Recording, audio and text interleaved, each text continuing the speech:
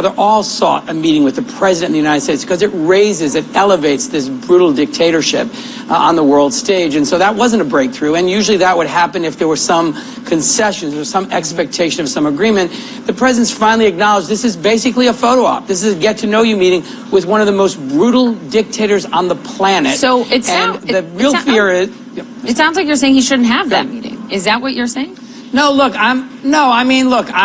this requires a diplomatic solution. I am hopeful that something surprising will come out of it, but we have to approach it with a very skeptical eye. We have to look at the history of the North Koreans who have done this before, made promises they haven't kept, and while they're engaging in these negotiations, they're continuing with their program. So what I worry about is the President needs to go into this well-prepared, understand the history of the Korean Peninsula, be very skeptical about it, and understand what's at stake here. And I think he's treating it like a reality show episode. Kind of everyone's waiting to watch the delivery of the big envelope. I hope I'm wrong. I hope something comes of it. But we have very little reason to have confidence that something will come out of this that's good for our country and good for the region. We learned this morning that the Kremlin has invited Kim Jong-un to Moscow to meet with Vladimir Putin.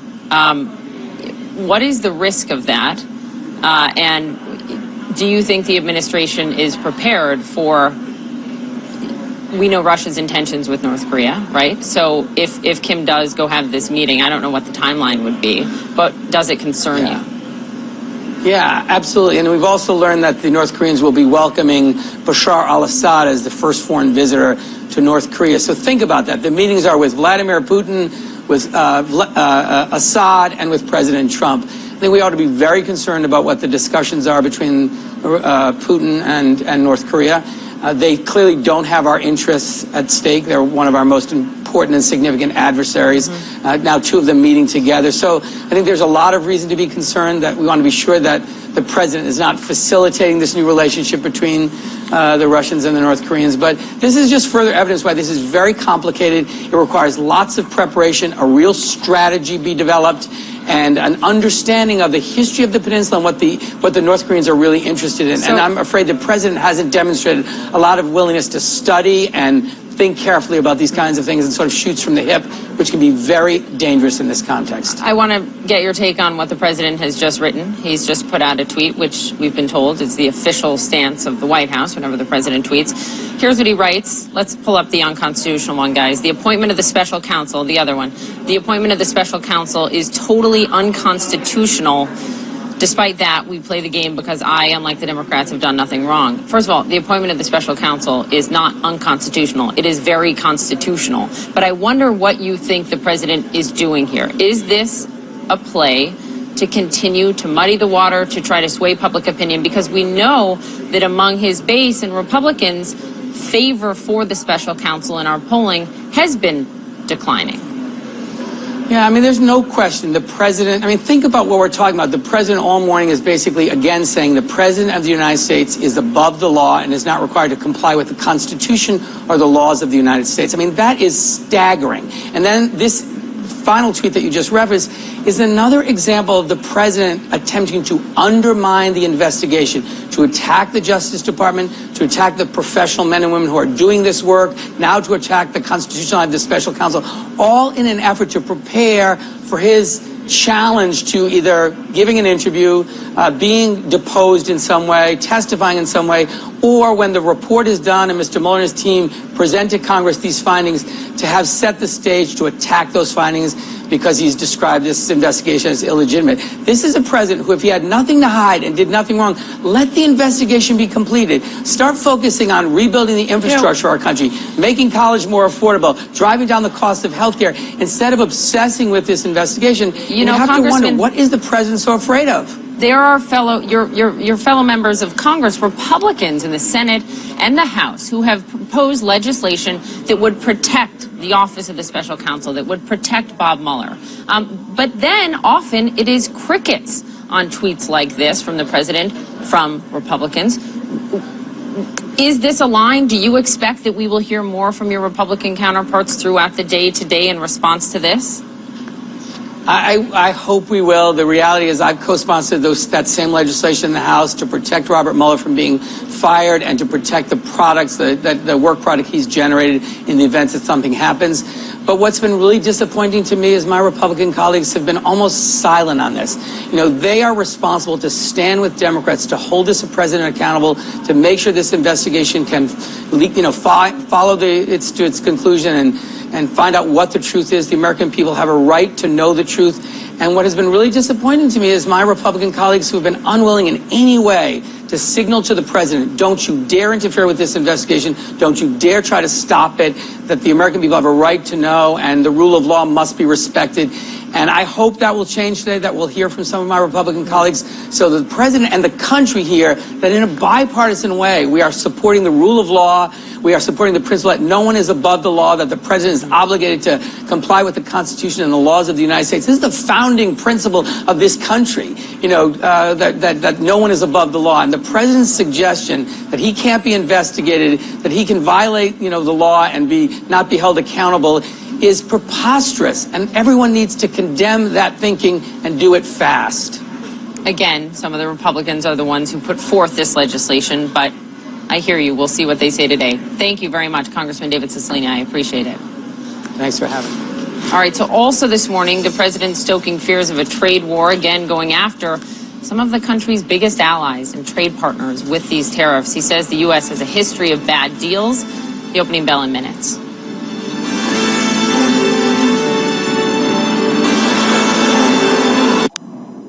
All right, President Trump is taking aim at some of the biggest U.S. trade partners, also our allies. And now prominent members of Congress and his own party are calling him out for what they say is a bad and dangerous move. Our chief business correspondent, Christine Romans, is here with more. It started with Ben Sasse on Friday calling it dumb and just escalated from there. McConnell, Corker. And, here we are at the G7 finance ministers meeting this weekend. And basically, for the first time I've ever seen, you've got the rest of the countries signing basically a communique against the United States. And you've got the America isolated, Canada insulted, the Chinese are furious, and the White House is steadfast going forward with these new trade moves of the Trade Expansion Act of 1962, which gives the Commerce Department the right under U.S. law to impose these tariffs. And basically no one but the United States likes it. And this is what the G7 finance ministers said in Whistler as they're preparing for the bigger leaders G7 summit. Finance ministers requested that the United States Secretary of the Treasury communicate their unanimous concern and disappointment. That might look like, a trade statement, but those last four words are really remarkable here. At the same time, the Chinese are ticked off, furious about tariffs as well. After a weekend of negotiations with the Commerce Secretary, this is what the Chinese Commerce Ministry says. If the U.S. launches trade sanction measures, including the imposition of tariffs, then all the economic and trade benefits negotiated by both sides are not going to take effect. Okay, and even Bob Corker, a prominent Republican who is headed out of office, but who sits on the Foreign Relations Committee, he says no way on these, that he is putting forth or supporting legislation to try to counter the president. What could Congress really do to tie the president's hands on this? That's the real question. Is there something they can do, or is this mostly just hue and cry? Here's what Corker said. He's working with like-minded senators on ways to push back on the president, using authorities in ways never intended and that are damaging our country. Will Democrats join us? So that's sort of an interesting plea there. What I'm hearing from inside the White House is the president is determined here, and that, you hear sort of this conventional wisdom, the economy is doing so well, why would they try to ruin it with tariffs? And what the thinking is among some inside the White House is the economy is doing so well, this is exactly the time to try to level the playing field, especially on high-tech issues with the Chinese, and to help the American steel and aluminum industry. Except you risk this economy hitting a major roadblock, like McConnell warned over the weekend, because of this. You risk taking away all of the gains. But that's not the view inside the White House. Right. Good to have that view from you. Thank you very much, Christine Romans, with us. All right, ahead, former President Bill Clinton weighing in on Monica Lewinsky. Did he ever apologize? You will hear his answer next.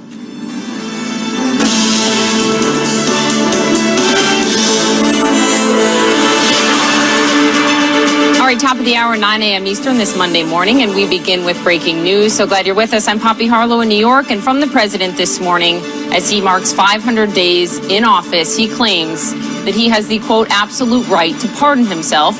He goes on to write, but why would I? when I have done nothing wrong. This comes after a weekend of extraordinary disclosures, debates, and admissions about presidential powers versus the power of the special counsel. Let's go to the White House. Let's begin our coverage with Caitlin Collins, who joins us there. This just came moments ago from the president. What else can you tell us?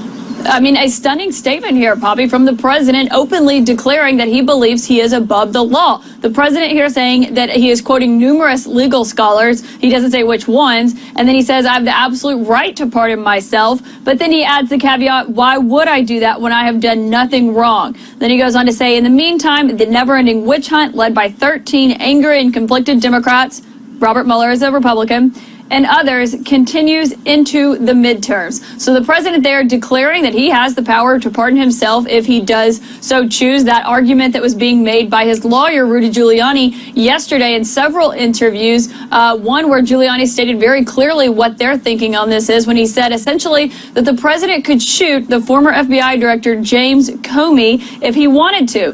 Rudy Giuliani told the Huffington Post if he shot James Comey, he'd be impeached the next day. Impeach him, and then you can do whatever you want to do to him. So Giuliani making the argument there that while the president is the president, he would be above the law if he did something as serious as shoot the former FBI director. But then once he was impeached, then he could get in trouble for shooting James Comey. Quite an unusual comment for Rudy Giuliani to make, but that came on the same day as he was making these arguments about the president's sweeping constitutional powers and what the president's legal team sees this as. Now, Poppy, this is something we have long suspected is the thinking of the president and his legal team, but here we are now hearing it just out in plain language from the president himself. And you asked Kellyanne Conway, the advisor and senior counsel to the president, about this point blank. Why does the president think he's above the law? What did she just tell you? Yeah, we saw Kellyanne out here on the north lawn of the driveway just minutes after the president made this stunning statement on Twitter. And I asked her, why does the president believe that... myself. I mean, try to picture an ordinary criminal who committed a crime saying that. I can do whatever I want, and by the way, I'll pardon myself. You sound like you're guilty when you say that. By the way, Steve, there is an outrageous hypothetical that was thrown out there by the president's personal lawyer, Rudy Giuliani, in an interview last night to the Huffington Post. And let me read you the quote. He said, if he, the president, shot James Comey, he'd be impeached the next day. Impeach him, and then you can do whatever you want to him. He was saying, look, even if the president shot someone, and he chose James Comey, we know the president doesn't have much care for, he still couldn't be prosecuted. Any legal basis in that? Well, Poppy, as you know, there are these conflicting legal analyses, one by the Justice Department and one by Ken Starr, back when he was the independent counsel investigating Bill Clinton, about whether a sitting president can or cannot be indicted. It's an open question, but I think it's important that we step back for a second. I mean, the purpose of these letters that we discovered, that we learned about over the weekend, was basically the president's legal team telling the special counsel, we don't have to comply with your investigation. We don't have to meet with you on your terms because we have all of these greater powers. Basically, the greater includes the lesser. And Poppy, there's a basic flaw there, which is even if the president's right that he has these extraordinary powers, and I think Paul is quite persuasive that in many cases he's not, he hasn't exercised them. And so until and unless he does, why they think they can threaten the special counsel and try to basically bully him into not sitting down with the president, I think is really the big perspective Which seems, it's one thing and notably different for them to sort of bully the special counsel in the court of public opinion on cable news, for the president's surrogates to do that. It's another thing for the lawyers to do it in that letter directly to Mueller, which is what they did. Guys, talking about Mueller, the president just wrote this, quote, the appointment of the special counsel is totally unconstitutional, despite that we play the game because I, unlike the Democrats, have done nothing wrong.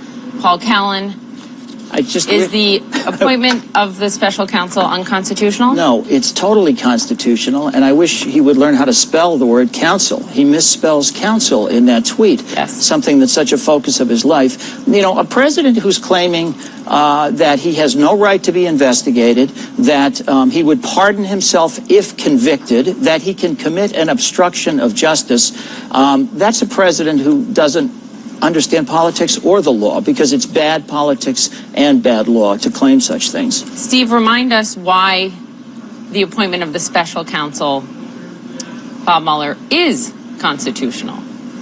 Sure. I mean, so the special counsel was appointed consistent with both the existing statutes governing the Justice Department and with regulations issued by the Attorney General under the president's name. You know, Poppy, there's already been one court challenge to special counsel Mueller's appointment by Paul Manafort. That was rejected by a D.C. federal judge, Amy Berman Jackson, in a 37-page opinion last month. So, you know, this argument is out there, I think, among really far-right conservative legal thinkers. It's really not much of an argument. It's one the courts have already considered, and it's one they've already rejected. The fact that clearly the president's team lied about who dictated that initial statement about the Trump Tower meeting, Paul Callan. Well, it's not illegal to lie to the public, but lying to the public was included in the articles of impeachment against Nixon and against President Clinton. So legally, how does that shake out? Well, you know, I'm not sure, first of all, who's responsible for the lie. The president could very well be responsible for the lie and could have communicated this to his legal team. And I will say, as a lawyer, I would never go out on a limb and make a statement that was made, say, by Sekulow about, and that was an explicit statement, that the president had nothing to do with dictating this. Now, a lawyer would go back and speak to the client and say, listen, I'm going to make this statement on your behalf. So I think clearly the president was involved in that. And is it relevant? Yes, it's highly relevant. And indictments in the past for cover-ups and obstruction of justice, frequently the public position that is articulated is used in the prosecution to show that there was a propensity to lie, to try to obstruct an investigation. So this could backfire on the president. Quickly, Steve, on that point. Yeah, I mean, it could backfire. I think, Poppy, the million-dollar question here, and I think the thing that we really have to talk more about, is where is Congress and where are congressional Republicans? Because at the end of the day, the Constitution is pretty clear that many of the powers the president now claims he can abuse are supposed to be reined in not by the courts, but by Congress through the power of impeachment. Thank you both. Steve Vladeck, Paul Callan, appreciate you rolling with us on all that breaking news that just came in. Historic action or just a meet and greet? What we're learning about the high-stakes June 12th summit between President Trump and Kim Jong-un. Is this administration lowering expectations? Also, fighting back, U.S. allies slamming the president's steel and aluminum tariffs, Republicans slamming them as well, and Canadian Prime Minister Justin Trudeau. President Trump following a long-standing Washington tradition and marking the start of African-American Music Appreciation Month, which is interesting coming at the end of this particular week. So I'm going to bring in now Kieran Amayo, the former editor-in-chief of Ebony Magazine, Trey Johnson, a writer with Rolling Stone, and Asia Connors. Asia is the Director of Communications and External Affairs for the Arizona Republican Party. Hello to all of you.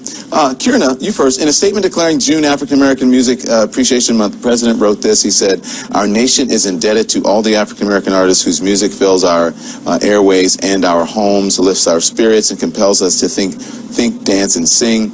These musicians and their legacies ignite our imaginations and prove to us that the sky is the limit." So I want to be the first to tell you happy African-American. Thank you so much. I've been waiting. Month. So, what do you I know, right? What do you think? You know, the empty platitudes. First of all, ghostwriters, right? Hello. Who wrote that for the man? Just the empty platitudes. I remember before being on, and a conservative black person said to me, "Don't speak for all of Black America." And I said to myself, you know what? I'm going to go out on a limb. We are over the contradictions. And the way that he plays to us is insulting. So if this is supposed to get brownie points, one who embodied a kind of bravery that, to me, when he comes against Jay-Z, like he did, and I know we want to talk about that, it smacks of him not understanding the very black music that he speaks of. He does not know the origins of this music, and he does not know the spirit that it